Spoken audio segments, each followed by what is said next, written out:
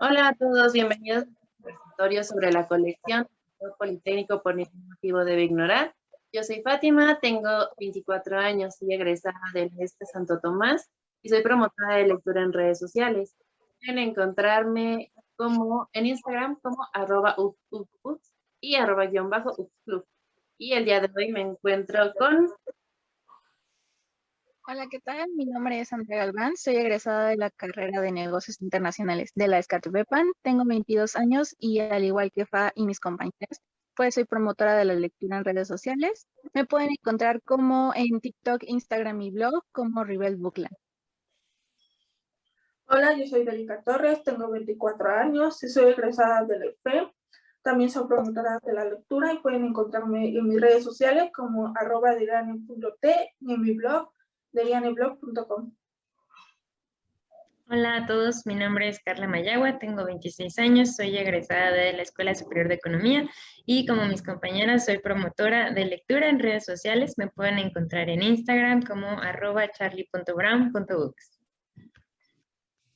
Agradecemos a la Dirección de Publicaciones del Politécnico por proporcionarnos este espacio para hablar de sus libros y pues esta invitación a la Feria Virtual del Libro y la Cultura del IPN 2021.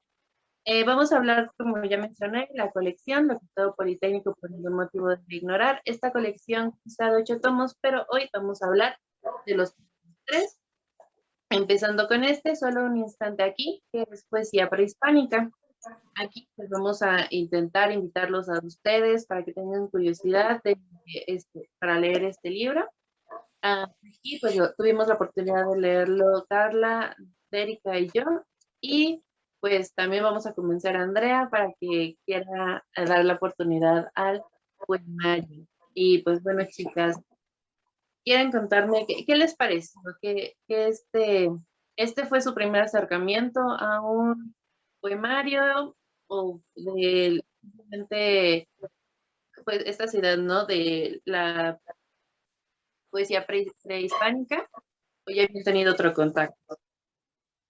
Bueno, a lo que respecta a un poemario, sí, en mi caso es el primero que leo.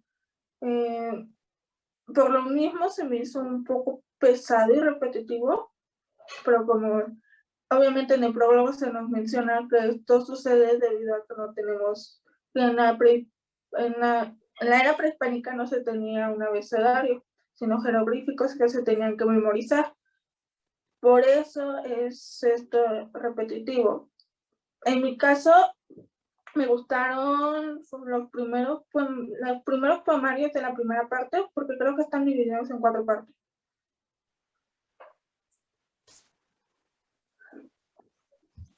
Pues de poesía prehispánica sí es mi primer acercamiento.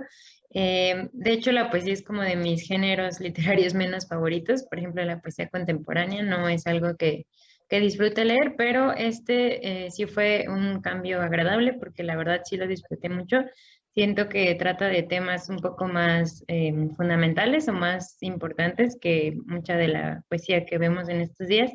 Y me gusta que repitan acerca de la pertenencia, ¿no? De vivir en esta tierra y así. Es por eso el título de Solo un instante aquí, porque habla pues de que solo tenemos como esta vida para estar en la tierra y disfrutarla o llorarla, ¿no? También, porque están estos dos, bueno, son 4 tipos de poemas, pero por ejemplo, el primero es acerca del canto florido, que es como pues de la alegría de la vida y así. Pero también está el canto de la angustia, por ejemplo, ¿no? Que es todo lo contrario al primero, y que habla de esta dicotomía de la vida, de que una hora puedes estar así en súper alegría y al otro pasa algo y la súper tristeza. Entonces siento que nuestros antepasados lo comprendían muy bien y por eso sí conecté mucho con este tipo de poesía. No sé tú, Andy, o los que nos están viendo, si disfrutan la poesía contemporánea y cómo creen que este tipo de poesía de hace muchísimos años, si les atraería o no. Pues bueno, no sé si el público que nos está viendo ya tiene un acercamiento a la poesía. En mi caso, yo sí. Empecé más por poesía romántica, pero al igual que tú, bueno, no es uno de mis géneros favoritos que me gusta leer. siento que no le doy una correcta interpretación a lo que se menciona en cuanto a la poesía, entonces procuro no leerla muy seguido. Siento que no le doy la interpretación que debería tener. Pero en este caso, no sé, probablemente le pueda dar una oportunidad, puesto que es muy enfocado a lo que siempre hablan sobre la poesía, el romance, o bueno, hay una autora americana que habla más sobre dolor, superación o relaciones y así. La mayoría se enfoca más en ese aspecto de romance. Pero yo creo que sí le daría una oportunidad a este primer tomo. No lo hice precisamente porque no soy fan de la poesía, pero sí me gustaría acercarme, probablemente sea más diferente, sean poemas referentes a lo que era en su momento la civilización, los temas más característicos. Entonces, bueno, de mi parte sí me interesa darle una oportunidad. No sé si a las personas que nos están viendo también le puedan dar una oportunidad, se animen a leerlo, a conocer sobre esta poesía prehispánica. Sí, bueno, como mencionaba, por ejemplo, Dere, una parte importante de este libro, bueno, no solamente ¿no? También de los otros tomos, es el prólogo, porque nos da, para muchos este puede ser un primer acercamiento para ese tipo de poesía. Entonces, es importante recordar, ¿no? La estructura que pueden tener estos, los temas que abordan y el por qué lo abordan. Justamente lo que mencionan, ¿no? Que son muy repetitivos, pero pues por todo, esto era más como de boca en boca. Entonces, la forma más fácil que tenían para recordarlo, pues era que se repitiera constantemente. Y creo que una vez que esto queda un poco más claro, es más fácil apreciarlo, ¿no? ¿A ustedes hubo algún poema que dijeran, tal vez esto es demasiado o que no les terminara de atrapar en estos que manejan? El que está en el tercera parte, creo que solo es un poema. Es muy largo. Eso se me hizo muy pesado. No me gustó. Creo que habla de un acercamiento sexual o algo así. Sí, como habíamos mencionado, se divide en 4 partes el libro. El primero es Cantos de Gozo, el otro es de Angustia, el tercero se le dice Canto Travieso, que es como un poemario acerca de una relación amorosa y sexual, ¿no? Entonces, es solo un poema, pero así son muchísimas páginas de esta descripción, pues amorosa y sexual entre una pareja. Y a mí me causó impacto leerlo porque siento que es como muy abierto, ¿no? En hablar de este tipo de temas que no es muy común en culturas antiguas, ¿no? Eran como más Ajá. reservados, como más, Como que te lo esperara más en una época actual, pero no exacto, de... sí. Y pensarías que es moderno, ¿no? Porque ahorita según somos muy hablar sin tapujos, pero no, o sea, era hace muchos años y ellos lo tomaban como algo natural, ¿no? O sea, era la forma en la que se reproducían, la forma en la que se comunicaban entre ellos. Entonces, sí estaba muy largo y un poco explícito, pero siento que esas mismas características son las que le dan como lo interesante, ¿no? Es casi un caso de sociología, de explorar cómo era su cultura, su sociedad. Entonces, también me costó, pero se me hizo interesante. Igual por el morbo también, pero está interesante. Y a mí el que más me costó fue el último, que también es uno, y ese es un canto de guerra. Esta cultura pues se basaban en la guerra también, ¿no? En conquistar otros territorios. Entonces, necesitaban como esos cantos que los animaran a vencer a sus enemigos y así, pero no sé, siento que es como mucho así de, somos machos, vamos a triunfar. Entonces ese fue como el que no lo sentí tan, pues tan armónico, pero me gusta eso, ¿no? Que esté dividido en esas partes, porque hay gustos para todos. Entonces, igual que se repita mucho las frases, siento que a mí me gustó, al contrario de Dere, porque siento que el sentido del poema se te queda más grabado, ¿no? Entonces, es como esa repetición de lo que está pasando y es más fácil que se te quede en la mente, pero pues, igual no sé, o sea, hay muchísimos estilos de escritura en la poesía, no sé ustedes dos, Fa y Andy, o los que nos están viendo, que sí hayan leído poesía y así, o sea, si les guste que todas las estrofas digan algo diferente, o que, porque hay poemas modernos que repiten mucho también, entonces, pues no sé, ahí depende como del gusto, ¿no? Sí, no sé cómo veas tú, por ejemplo, Andy, yo, a mí sí leo poesía, pero muy poca, ¿no? Y en este caso de este libro, pues también preferí los primeros, especialmente los que son más cortos. Me engancho más rápido con algo corto, conciso y directo al grano, ¿no? O sea, eh, sí, hay muchos poemas que pues tienen su belleza, aunque sean bastante largos, porque hay algunos que también te cuentan una historia, ¿no? En verso. Pero en general, pues sí, he de confesar que prefiero más los poemas cortos. No sé tú cómo los prefieres, Andy. Igual los prefiero cortos, no tan largos porque me pierdo en tanta, bueno, me ha pasado que luego algunos poemas largos son muy descriptivos y se me vuelve muy tedioso leer tanta descripción, entonces igual, aunque no leo mucho poesía, prefiero los poemas cortos que van directo al punto y no los más largos que son, pues sí, que es mucha palabra y te hacen perder como que la noción de lo que estás leyendo o te confunden o me ha pasado a veces que una vez intenté leer un poemario y no lo entendí.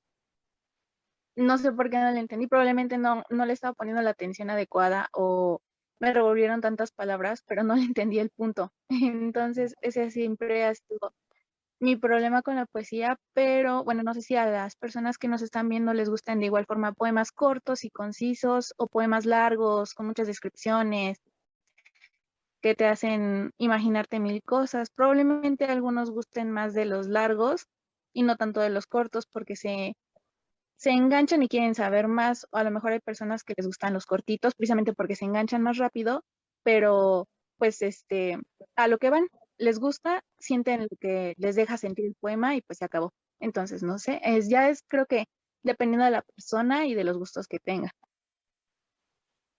Sí, creo que aquí podemos resaltar mucho lo que dice Carla, que sea tan repetitivo y que sean poemas largos, ¿no? Justamente, que sean tan repetitivos, que nos hagan entender un poco más. Pues si te parece al inicio, bueno, al menos se repite para entender el resto, ¿no? Creo que es una bonita forma de empezar la colección con estas palabras de, de esta forma, ¿no? No vamos directamente a algún relato o algo, sino que nos quedamos con estos versos, ¿no? Este primer acercamiento. Este, pero pues claro, ¿no? Como también menciona Andrea, pues para todos tenemos diferentes gustos. Hay quien diga, bueno, sí, pero me sigue sin convencer la poesía, ¿no? O sea, como que no es lo mío. Aquí al menos podemos convencerlos en la parte de que es un poemario súper cortito. Entonces, pues está bien para de repente agarrarlo y decir, bueno, a ver, veamos, ¿no? Uno por uno, porque tampoco tienen que leerlo de corrido. Entonces, ahí queda. Dere, Carla, no sé si quieran dar un último comentario para convencer tanto a Andy como a la audiencia que nos está viendo que, pues, que le den una oportunidad al poemario. Pues los poemarios son demasiado cortos. A pesar de que son bastantes, a mí se me hicieron muy cortos y eso a mí personalmente se me hace más fácil de leerlos. Creo que sería un plus a este libro. Y yo sí se los recomendaría si piensan que la poesía no es para ustedes, este tipo de poesía, como a mí me pasaba, sí me gustó, sí marqué varias cosas y pues yo considero que trato de temas importantes, ¿no? O sea, pues sí, como de la vida, etcétera, nada más como para darles ahí un toquecillo. Igual nada más quería uno que me gustó mucho y habla justo de eso, ¿no? Dice, no por siempre en la tierra, solo breve tiempo aquí, aunque sea jade también se quiebra, aunque sea oro también se hiende, y aún el plumaje de quetzal se desgarra, no por siempre en la tierra, solo breve tiempo aquí, ¿no? Y es como rápido, duro a la cabeza y entiendes que solo vida es una y hay que aprovecharla, ¿no? Entonces siento que que sí es muy valioso y espero le den una oportunidad. Y de todos modos, ¿no? Si dicen, bueno, a ver, háblenme más, ¿no? De otra cosa. Esta colección, como les dijimos, son 8 tomos. Y este fue el primero que lo hablamos, solo un instante aquí. Después, el segundo tomo que tenemos es Génesis Prehispánica. Igual es un libro cortito, es una recopilación de algunos de los relatos que nos hacen entender cómo veían, pues sí, nuestros antepasados esta onda, ¿no? De la vida, de cómo se creó el mundo, de cómo se creó el ser humano. Cada cultura tiene su forma de ver las cosas y entenderlas. Y bueno, esta es la nuestra. Y bueno, pues ahora les vamos a hablar de este libro.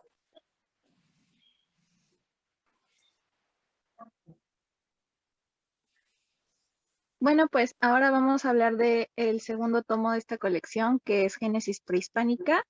Este tomo de igual forma es más cortito, pero es muy interesante, puesto que cuenta, bueno, tiene lo que son 6 relatos, van desde lo que es el inicio, se podría decir, la interpretación de la creación, al relato más famoso que se conoce, que es la partida de Quetzalcóatl.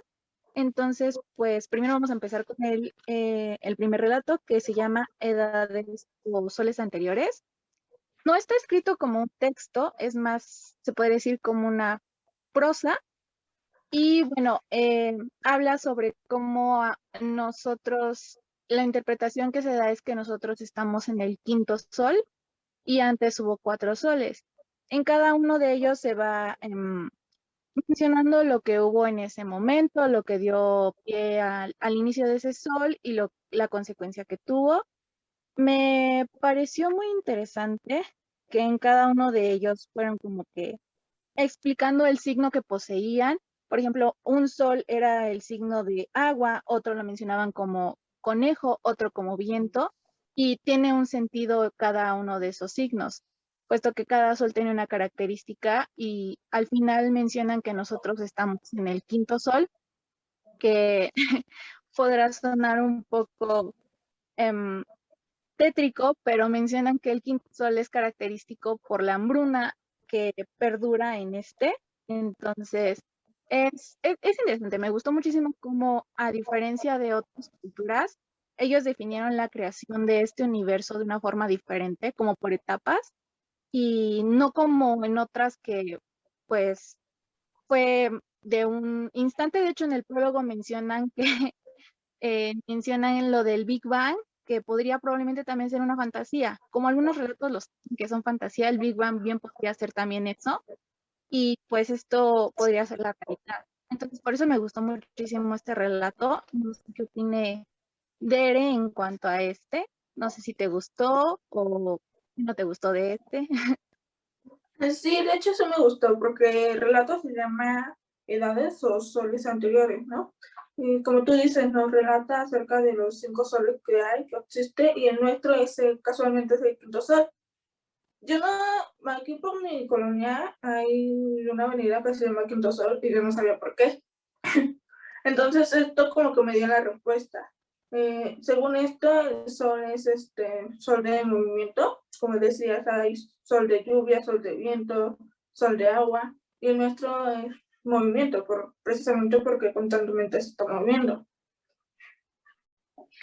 Sí, a diferencia de los demás, está relatado como, ahora sí como poema o prosa, no sé, no es como tal un relato, sino es más que nada te busca explicar qué es lo que se creía nuestros antepasados, que antes existía. ¿Y a ti, Carla, qué te pareció? Pues de hecho ese fue el que menos me gustó por lo mismo de la prosa en la que está narrado. A diferencia de los poemas, por ejemplo, que ya hablamos, como que siento que es suelta mucha información al mismo tiempo. Entonces como que lo leía, le perdí el sentido y luego lo tuve que leer otra vez y así. se me hace muy interesante igual por lo de los quintos, bueno, lo de los soles, más bien las edades, pero solo hasta que lo releí lo pude comprender, ¿no? Entonces, me parece interesante que igual, ¿no? Que categoricen cada cierta edad con un sol y con un animal y que digan, ¿no? En este sol viven los hijos monos, por ejemplo. Siento que tiene como un significado más profundo que no alcanzo a comprender o no tengo los conocimientos, pero está interesante que categoricen la historia de esa forma. Y pues sí, ¿no? O sea, por ejemplo, hay mucha gente que toma pues, como las profecías mayas y así, como del fin del mundo y así, pero pues en realidad sí hay como un sustento, ¿no? De cómo ellos veían el mundo y que en el tiempo en el que estamos viviendo ya es como lo último. Entonces, no se me hace como, como fatalista, sino más bien como que aprendamos, ¿no? De los soles anteriores, de las edades anteriores, para tener una vida correcta en esta edad que nos tocó. Entonces, igual a ti, Fa, no sé qué te haya parecido. Pues a mí me gustó justo por estas referencias, ¿no? Al pasado, a lo que pudo haber sido antes. Y puede que hasta un poco de similitud, ¿no? Con conceptos que han salido después. O sea, sí, cada uno nos habla de un ciclo, ¿no? Tal vez no como tal soles y signos, pero es algo que se sigue manejando, ¿no? Es muy interesante ver este tipo de cosas en relatos con tantísimos años de antigüedad. A mí me gusta mucho, o sea, ver cómo se puede relacionar con lo que estamos viendo hoy en día. Y pues a mí me gusta también no darle este sentido fatalista, ¿no? A que es que el quinto sol es el peor, no, casi, casi, pero creo que nos ayuda a poner las cosas en perspectiva, en que a pesar de que tal vez tengamos algunas cosas de las que ellos mencionan, el no quedarnos ahí, ¿no? O sea, como que no resignarnos a que el quinto sol debe ser de esa forma nada más, sino como pues explorarla y darle otro sentido también, no dejarlo todo tan literal. También se me hizo un texto pesado, la verdad. Siento que demanda mucha atención y volver a leerlo, ¿no? Porque también la primera vez que lo leí fue como o sea, entendí, pero no del todo. Y creo que este libro en específico, ya me dirán más adelante qué opinan ustedes, siento que eh, le, te invita a buscar más información porque hasta puede hacernos conscientes de todo lo que desconocemos, ¿no? Sobre, pues sí, estos mitos y esa compilación es muy corta como para darnos más contexto alrededor. Pero pues sí, este primero es muy bueno para empezar, ¿no? Todo muy cíclico, de acuerdo a esto.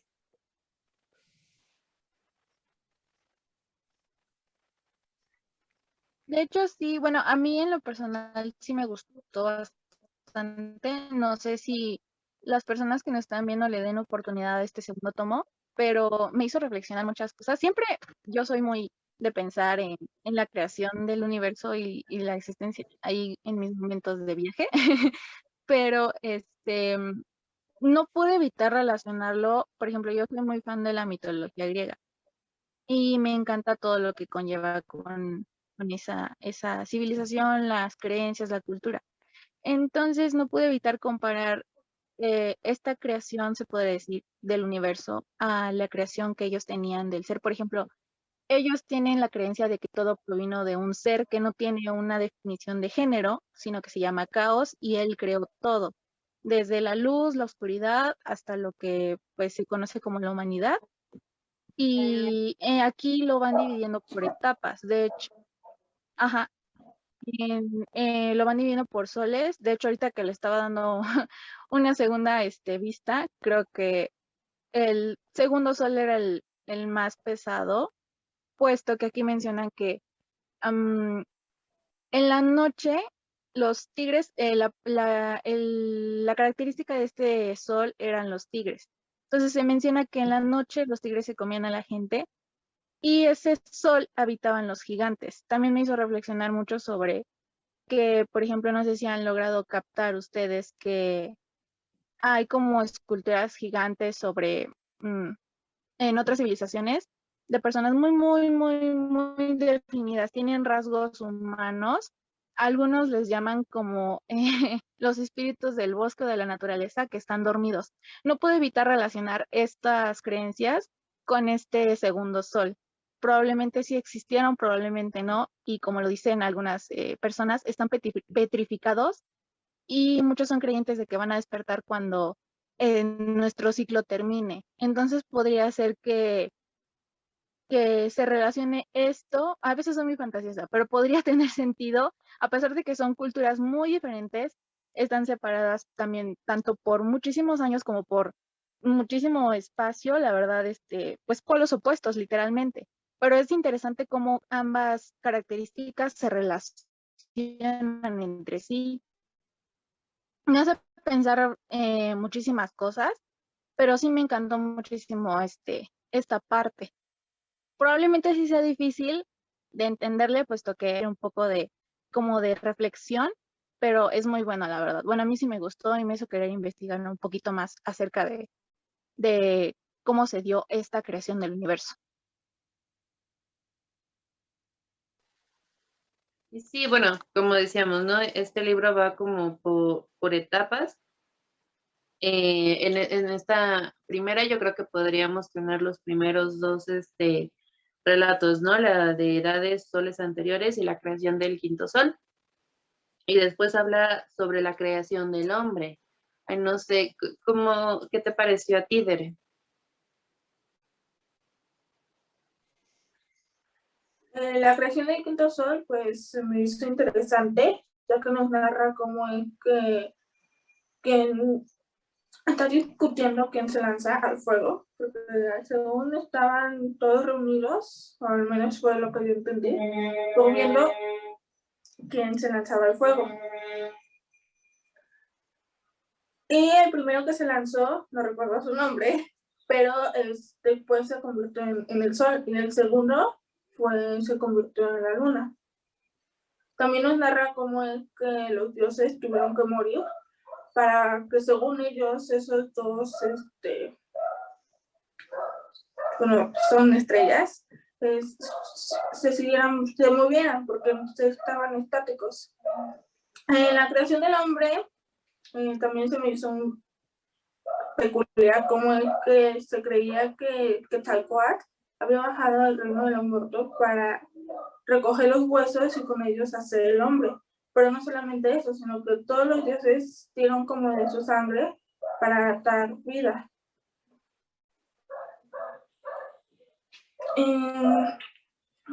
Creo que esos son los dos relatos. ¿Y a ti, Carla? ¿Cuál te gustó más? Sí, entre la creación del quinto sol y la del hombre, yo creo que la del hombre, la del quinto sol me gusta que le aporten como, o sea, que en la imaginación o en el imaginario de nuestros antepasados, pues le daban características humanas a sus dioses, ¿no? O sea, decía que estaban rodeados en una fogata y que se estaban así como de, ¿quién se atreve a pasar al fuego y así? Entonces, eso está interesante porque no muchas mitologías lo hacen. Y me gustó también que hay una parte del mito que como que se le avienta un dios al otro y le avienta un conejo y se le queda como la forma, ¿no? De eso, que es lo que hay una luna en el conejo, ¿no? Una forma de conejo en la luna, era al revés. Entonces se me hace interesante eso porque es una figura que también está, por ejemplo, en la mitología china. Entonces está interesante que en culturas totalmente diferentes, en tiempos diferentes, haya similitudes de mitos, ¿no? Y de conceptos. Entonces, pues los humanos en sí somos lo mismo y estamos como intentando explicar fenómenos, ¿no? A base de nuestra imaginación, no importa qué cultura o qué tiempo. Y la creación del hombre se me hizo igual un súper gráfico por lo de, pues, que le echan la sangre de los dioses y así, pero sí, sí está muy interesante también que, como dice Dere, ¿no? De eso tan gráfico y tan sangriento se crea la vida del hombre. Entonces, sí, sí me llamaron la atención los dos. Yo creo que un poco más el de El Quinto Sol. Primero dije que el del hombre, pero ahora describiéndolos, yo creo que el del quinto sol. ¿Y a ti, Fa, entre estos dos?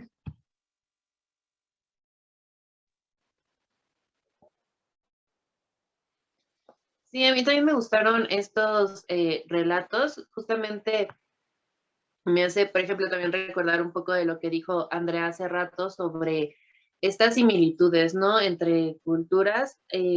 A mí me hizo pensar lo de la creación del hombre, ¿no? En los griegos, justamente por la actitud que tienen los dioses, que no son, vaya, este ser todopoderoso y perfecto, ¿no? Sino que realmente tiene, pues,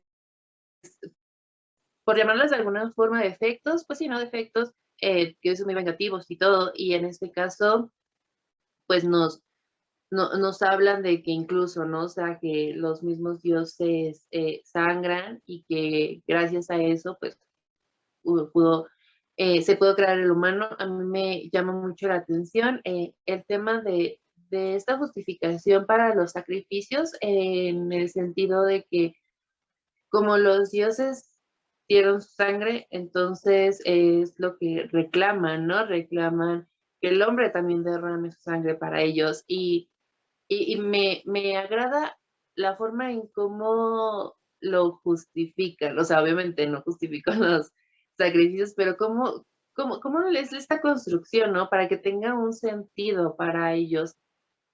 El por qué hacen las cosas, bueno, porque hacían las cosas que hacían, y creo que pues también a nosotros nos ayuda a entender esto. Y pues sí, eso es lo que yo puedo rescatar de estos relatos. Ya. Bueno, el siguiente relato es el primer alimento.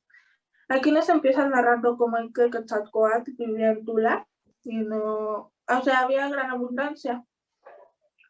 Pero después cometió un delito, al menos lo que yo entiendo, y vino una gran hambruna en la tierra. Esta hambruna ya se la había dicho antes en el relato anterior, que creo que es la creación del hombre, cuando Quetzalcóatl rechazó la mazorca y las hojas verdes de los dioses de la lluvia.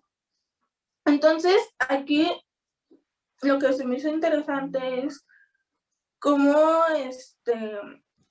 un vecino de Tula, me parece, ve a salir a uno de los dioses del lago o del agua en Chapultepec. Y él le pide que para que vuelvan a tener comida, tienen que morir una de las princesas, creo, mexicas. Y pues aquí claramente nos muestra cómo Quetzalcóatl, como lo que decía Fátima, no nos pintan a un dios realmente perfecto, sino nos pintan más como un humano cualquiera, ya que debido a estos sucesos que se descantenó esta hambruna, ¿no?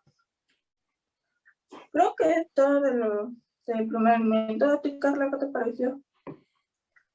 Sí, en ese de, el principio me perdí un poco porque habla de, o sea, describe, ¿no? Toda la grandeza de la ciudad y habla de que van llegando tres magos, ¿no? Con diferentes como, pues cosas que le dicen a Quetzalcóatl Quetzalcóatl. ajá, como que me perdí un poco en esa parte, pero ya cuando habla de su encuentro con los dioses de la lluvia, eso fue como la parte que más me jaló, porque pues me recordó mucho al mito del fuego en la mitología griega, ¿no? Cuando los dioses le dan como las cenizas del fuego a Prometeo y piensan que es como lo que sobra y de eso Prometeo hace el fuego, que fue lo que evolucionó a la humanidad, ¿no? O sea, la confección de alimentos, la rueda, todo eso se debió al fuego, pero para los dioses era como lo que sobraba.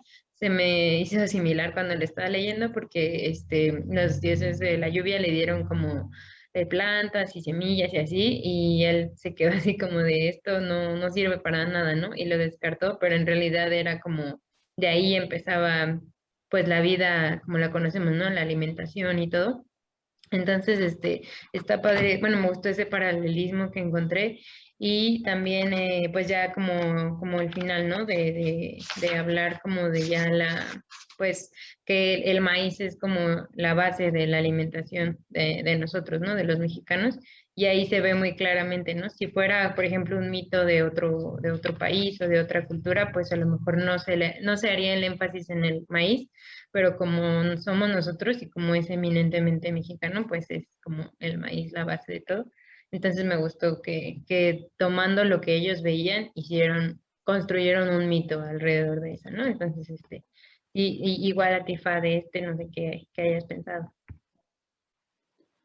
Pues hablando un poco de cómo van estos relatos a través del tiempo, me gusta mucho que pues después de la creación del hombre pues llegue esto, ¿no? Con que se va a alimentar, de dónde salió todo este alimento.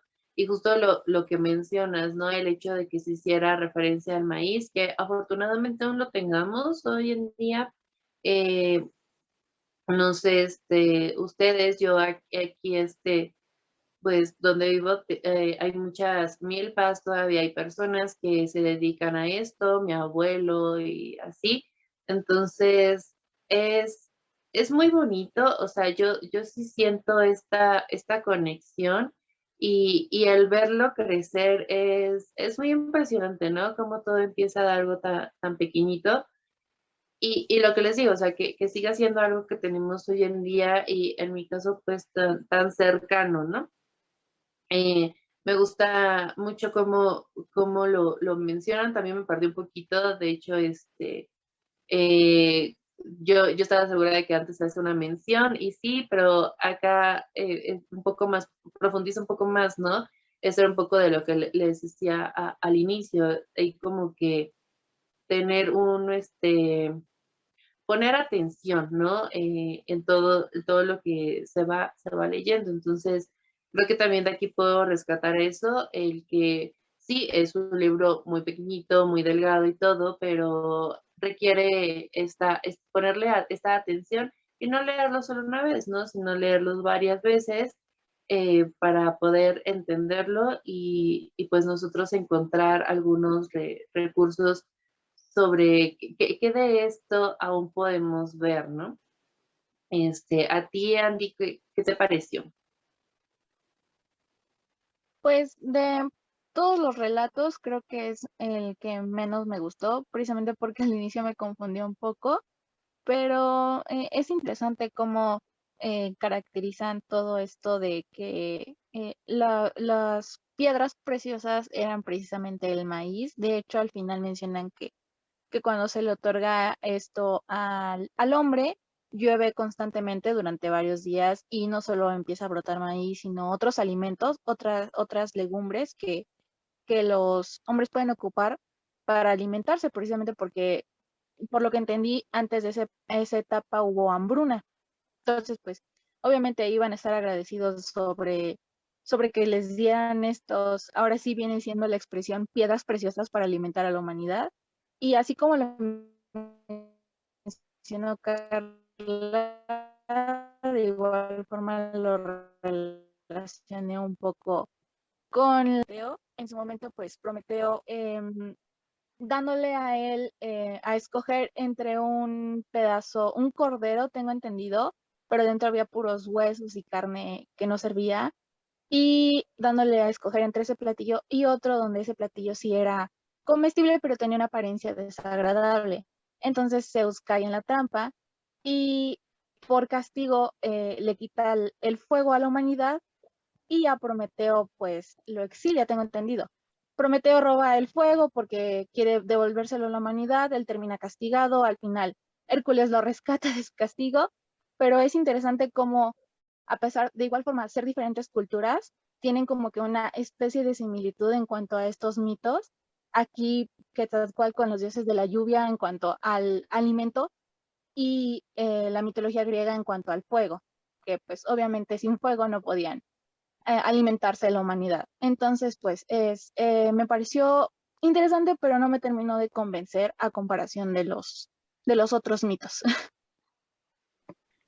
Sí, sí, pero bueno, este fue como el cuarto mito, y igual ahorita llegamos al último, que es el lucero del alba. Este habla acerca de casi como la vejez de un dios, o sea, que ya cuando están en sus últimos días y ya pues reinaron sobre todo. Este habla de ese ocaso en la vida de Quetzalcóatl, agregándole características humanas, ¿no? De que ya se encuentra cansado, pues ya ha gobernado por mucho tiempo, entonces decide retirarse a esta tierra lejana que se llama del Cielo Rojo. Bueno, muy graciosamente, este mito me recordó, no sé si alguien de ustedes o de nuestros lectores ha leído la saga de las Crónicas de Narnia. En el quinto libro, igual que se llama, tiene algo de Alba, se llama La travesía del viajero del Alba.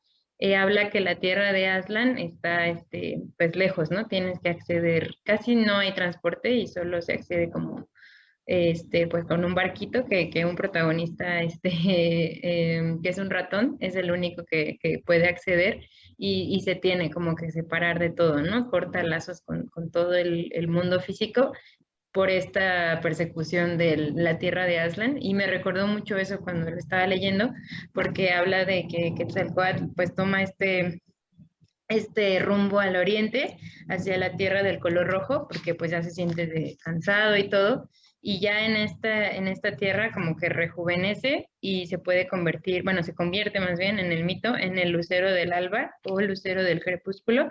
Entonces, no, como que el mito, pues el punto es decirte cómo se creó, ¿no? Este lucero, pero a mí lo que más me gustó fue como la imagen que te crea, es más como un relato pues estos conceptos de un viaje de alguien solitario que ya está en su último punto de su vida y cómo rejuvenece cuando llega a este otro lugar. Entonces, ese fue como lo que me gustó de ese mito. Igual, Andy, ¿a ti qué te pareció el lucero del alba?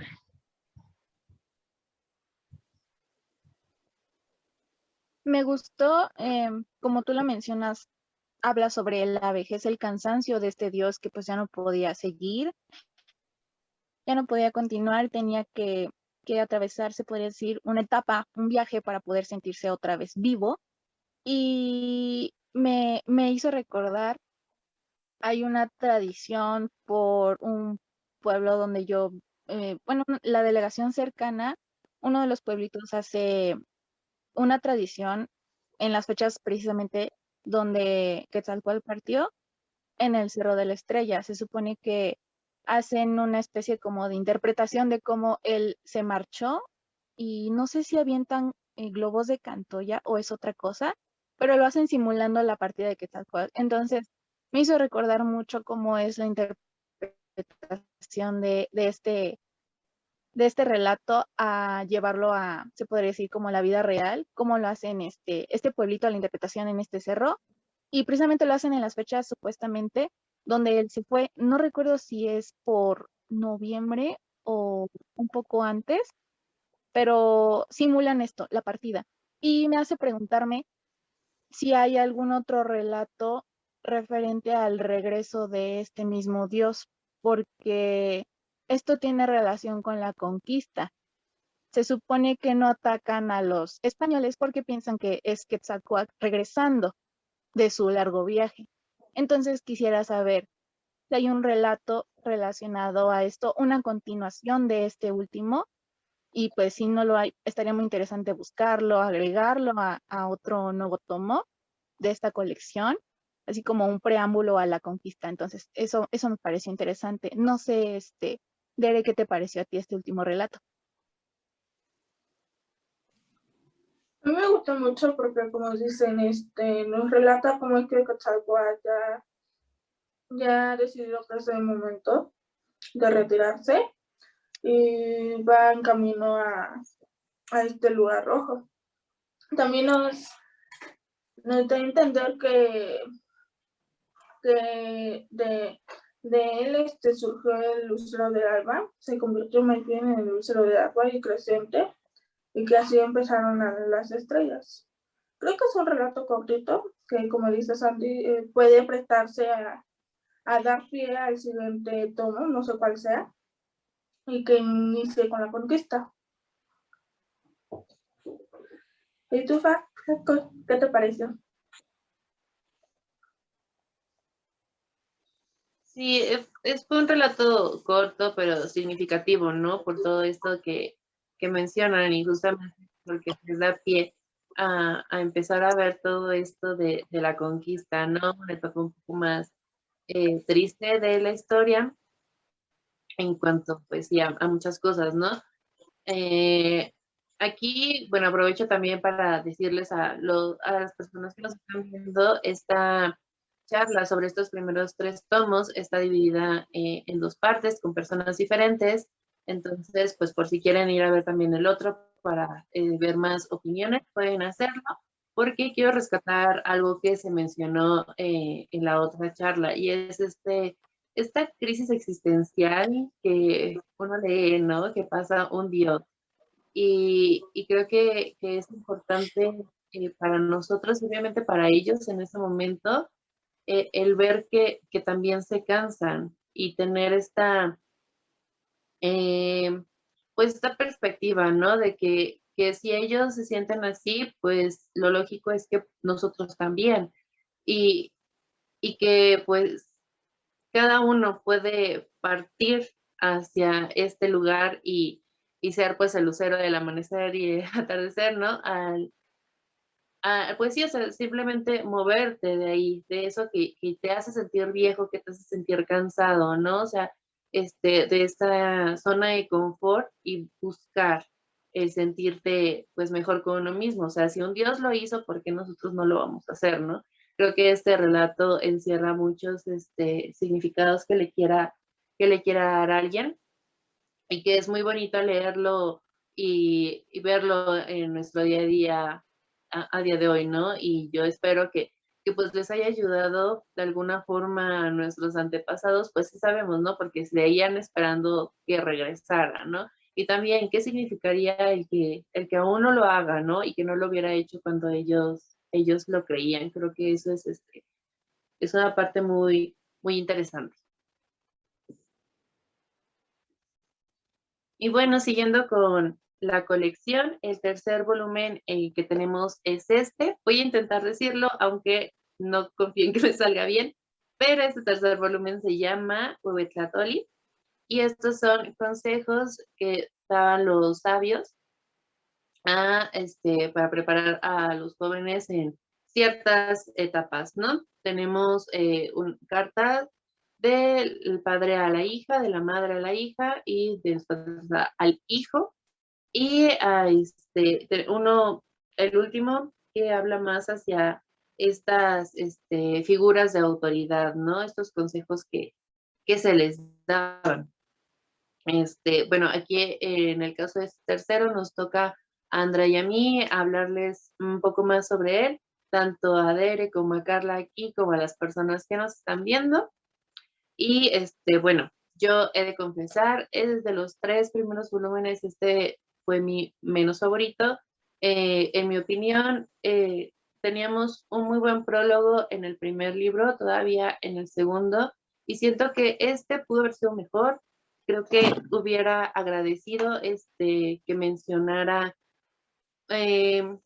vaya, la diferencia entre los consejos que se les dan a estas personas antes, no sé, que se les daban, a los que podrían darse ahora. Si bien sí hay cosas que se pueden rescatar, pues sí hay otras que duelen un poco, ¿no? Y más a una como mujer, porque pues afortunadamente hemos evolucionado mucho, pero este libro todavía encierra a la mujer en un papel y en ser, vaya, esta figura de rectitud y de que no puedes hacer ningún escándalo porque te llevas a toda la familia contigo, ¿no?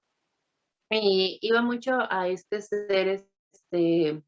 a este concepto que se tenía de ser una buena mujer, que pues no, ya no es lo que vemos hoy en día.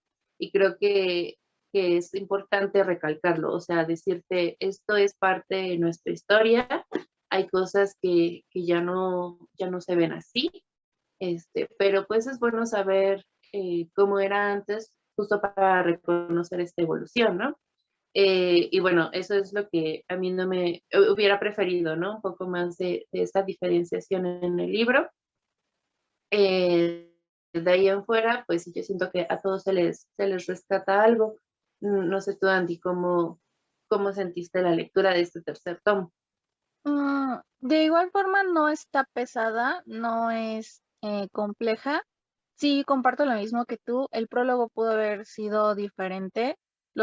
Bueno, en el caso del poemario no lo conozco, pero en el de Génesis Prehispánica el prólogo estaba súper genial, me gustó mucho.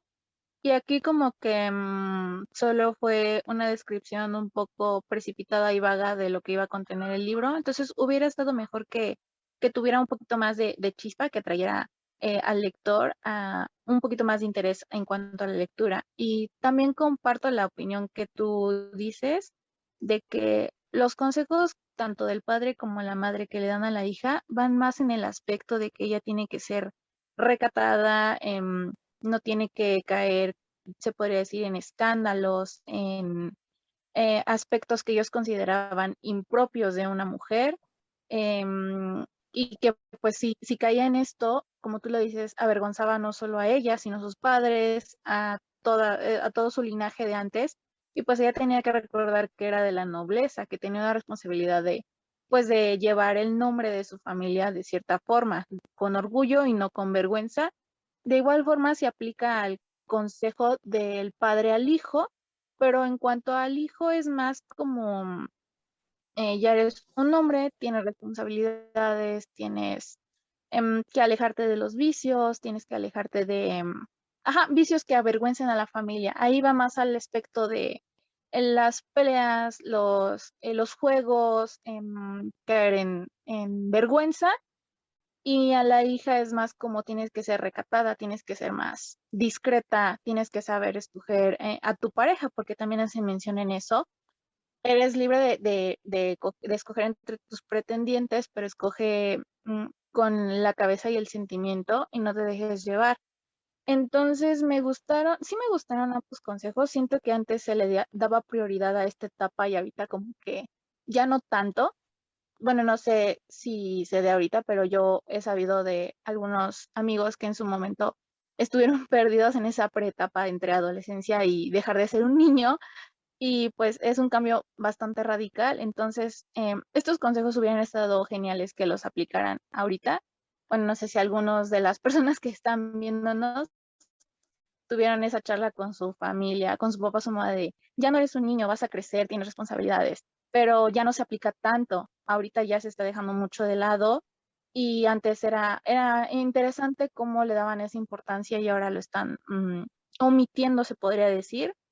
Y pues no sé, Dere, tú no sé qué opinas de esto, a pesar de que no leíste el libro, pero no sé qué opinión tengas en cuanto a esta etapa que pasa pues nosotros pasamos de niños a adolescentes. Y bueno, no sé si consideras importante que se siga esta práctica, que se siga aconsejando, dando preámbulos a lo que puede pasar, o no sé qué opinas al respecto. Digo que sí es importante la comunicación entre madre e hija en ese aspecto, ya que nosotros como niñas estamos completamente perdidas.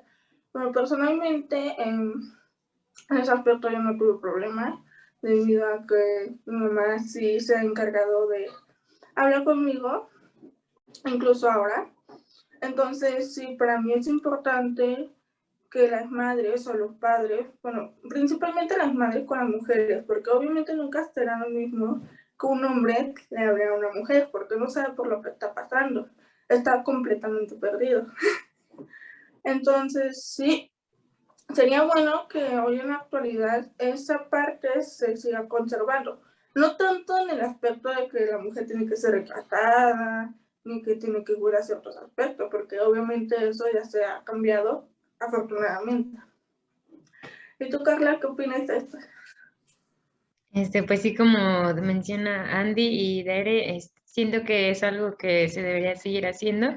En las nuevas generaciones, pues no hay como tal o sea, como aprenden todo muy rápido y tienen todo el conocimiento de un acceso súper fácil en internet, como que ya no hay esa figura de, pues como de autoridad, de persona que ya ha vivido por más cosas que te pueda estar indicando cómo es, ¿no? La vida, sino que piensas que ya tienes todo el conocimiento accesible o posible. Entonces sí siento que deberíamos como retomar esa tradición o esa parte de la sociedad que antes se hacía. Y también siento, bueno, no lo leí, pero siento que ese tipo de, por ejemplo, los consejos hacia las mujeres, pues se toma también el contexto histórico, ¿no? El tiempo en el que en el que se escribió esos consejos.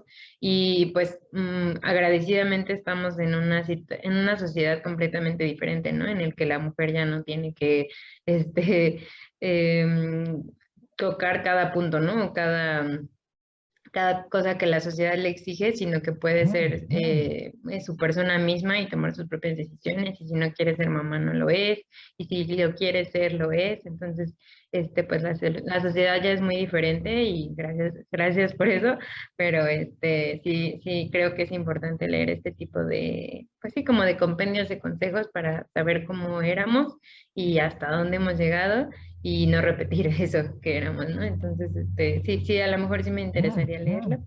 Y Sí, creo que algo que se rescata mucho es esto, ¿no? O sea, esta práctica de aconsejar, de decir, de saber cómo decir las cosas, porque, por ejemplo, algo que yo rescato de lo que se decía es justamente preparar en este caso, a los hijos para que sepan que la vida no es color de rosa, o sea, hacer hincapié en eso, en que o sea, hay sufrimiento, hay dolor y todo esto, pero no es lo único que hay. Y creo que muchas veces falta que nos digan eso, ¿no? De repente llegan los golpes y es como de, pero es que mi vida era tan buena, y es que nadie te preparó para eso, ¿no? Nadie te dijo, oye, es que esto puede pasar, es que puedes sufrir decepciones de este tipo. Y entonces llegas, lo experimentas y el golpe es un poco más duro porque no lo esperabas. La vida no es color de rosa, pero tampoco es negra, ¿no? O sea, no es horrible. Y hay que verle lo bueno a las cosas, pero no quedarnos solamente ahí, ¿no? Sino que si llega algo malo, saber movernos. Y creo que sí, o sea, como bien mencionaban ustedes, son prácticas que sí se podrían retomar, el volver a tener más contacto entre nosotros, ¿no? O sea, que a veces dejamos que las redes sociales y el internet sean quienes eduquen a los niños, por ejemplo, ¿no? Que si tienen alguna duda la busquen y ya no van a preguntarle a su mamá, sino que le dicen, Alexa, ¿qué significa tal cosa, no? Y pues sí, es bueno para recordar este acercamiento, justamente en la familia, porque siento que también hacen hincapié en eso, ¿no? O sea, en la importancia de este núcleo familiar que a veces nos olvidamos. Y, por ejemplo, el último habla más hacia los gobernantes, ¿no? Hacia estas personas que van ahora a dirigir. De aquí, pues, me gustó, pues, esta parte de que le dicen, o sea, que le recuerdan que es humano, ¿no? Al final, creo que muchas veces nos olvidamos de eso con las personas que nos dirigen, que son humanos y que pueden cometer errores. Automáticamente les damos ese título de que son todos todopoderosos, y que obviamente si algo pasa es su culpa única y exclusivamente. Y creo que si bien a ellos también les falta empatía, a nosotros también un poco de comprensión en entender cómo funcionan muchas cosas, ¿no? Y me gusta la forma en cómo lo manejan en el último consejo del libro, hacia las autoridades, hacia el confiar, y que pues ellos estuvieran dispuestos a escuchar estos consejos. No sé a ti qué te pareció el último, Andy. Me gustó, sí, no tuvo tanta relevancia como los anteriores. Me revolvió un poquito en algunos aspectos, pero tienes razón, sí, enfoca más en esto de la responsabilidad que tiene esta persona para, pues, para desempeñar lo que va a, lo que le asignan, lo que le tocan, los errores que cometa, pues van a ser em, errores que lo van a perseguir. Entonces es muy importante que se enfoque en lo que hace. Creo que principalmente es eso. Da importancia a que tienes que concentrarte en lo que vas a desempeñar. Te digo, de mis consejos no favorito, creo que el que más me gustó fue el del padre al hijo, pero es interesante también cómo aplicaban esto a las personas que iban a desempeñar lo que era bueno, lo que iban a gobernar y las consecuencias de no hacerlo bien. Me gustó, pero no fue tan mis favoritos. Sí, ese último es un poco más breve en ese sentido, o sea, son consejos, el recordarnos estas, pues sí, ¿no? Prácticas que se tenían antes, el hablar mucho, dialogar, prepararte para lo que venía y así. Son relatos que justamente se debe tener muy en cuenta el contexto histórico y valorar la evolución que ha tenido muchas de estas cosas a lo largo del tiempo, que los consejos que se dan a las hijas y a los hijos en estos escritos se pueden tomar para ambos lados, ¿no? Hay muchas cosas muy bonitas que rescatar y bueno, en esta primera parte, pues solamente les hablamos de estos primeros 3 tomos. No sé ustedes qué les parecieron el leerlos, los que tuvieron la oportunidad de leerlos, y si leerían, ¿no? El que les hace falta. No sé cómo ven ustedes esta primera etapa de esta colección.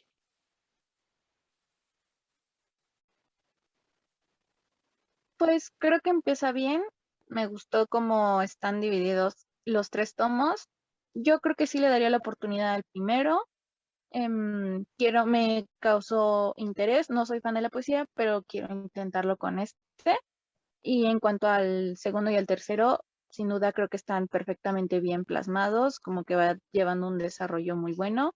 Y pues sí los recomiendo, la verdad. El orden está perfecto y pues es un preámbulo para los que continuarían, que son más referentes a lo que es la conquista. No sé qué opinas tú, Dere. Pues el primero y el segundo sí son buenos. El primero puede ser ideal para entrar a la poesía. El segundo, si quieren conocer un poco más de lo que se creía nuestros antepasados, cómo se creó el universo.